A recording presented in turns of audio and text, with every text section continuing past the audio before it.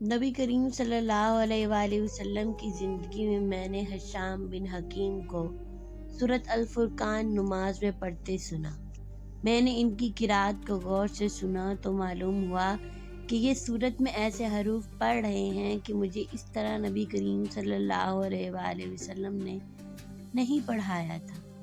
قریب تھا کہ میں ان کا سر نماز میں ہی پکڑ لیتا، لیکن میں نے بڑی مشکل سے صبر کیا، اور جب انہوں نے سلام پھیرا تو میں نے ان کی چادر سے ان کی گردن باندھ کر پوچھا، یہ سورت جو میں نے ابھی تمہیں پڑھتے ہوئے سنی ہے، تمہیں کس نے اس طرح پڑھائی ہے؟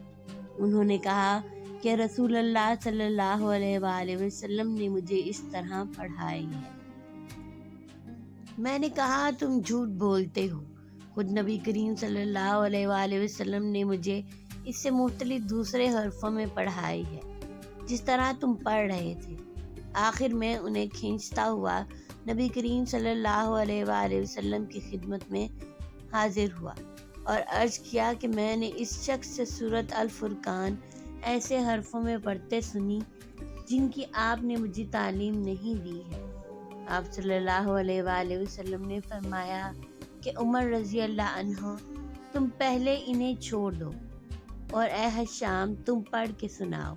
انہوں نے نبی کریم صلی اللہ علیہ وآلہ وسلم کے سامنے بھی انہی حرفوں میں پڑھا جن میں نے انہیں نماز پڑھتے سنا تھا۔ نبی کریم صلی اللہ علیہ وآلہ وسلم نے سن کر فرمایا کہ یہ سورت اسی طرح نازل ہوئی ہے۔ پھر فرمایا، عمر اب تم پڑھ کے سناؤ۔ میں نے اس طرح پڑھا جس طرح نبی کریم صلی اللہ علیہ وآلہ وسلم نے مجھے تعلیم دی تھی۔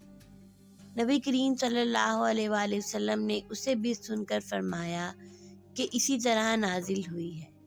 یہ قرآن 7 حرفوں پر نازل ہوا ہے، پس تمہیں جس طرح آسان ہو پڑھو۔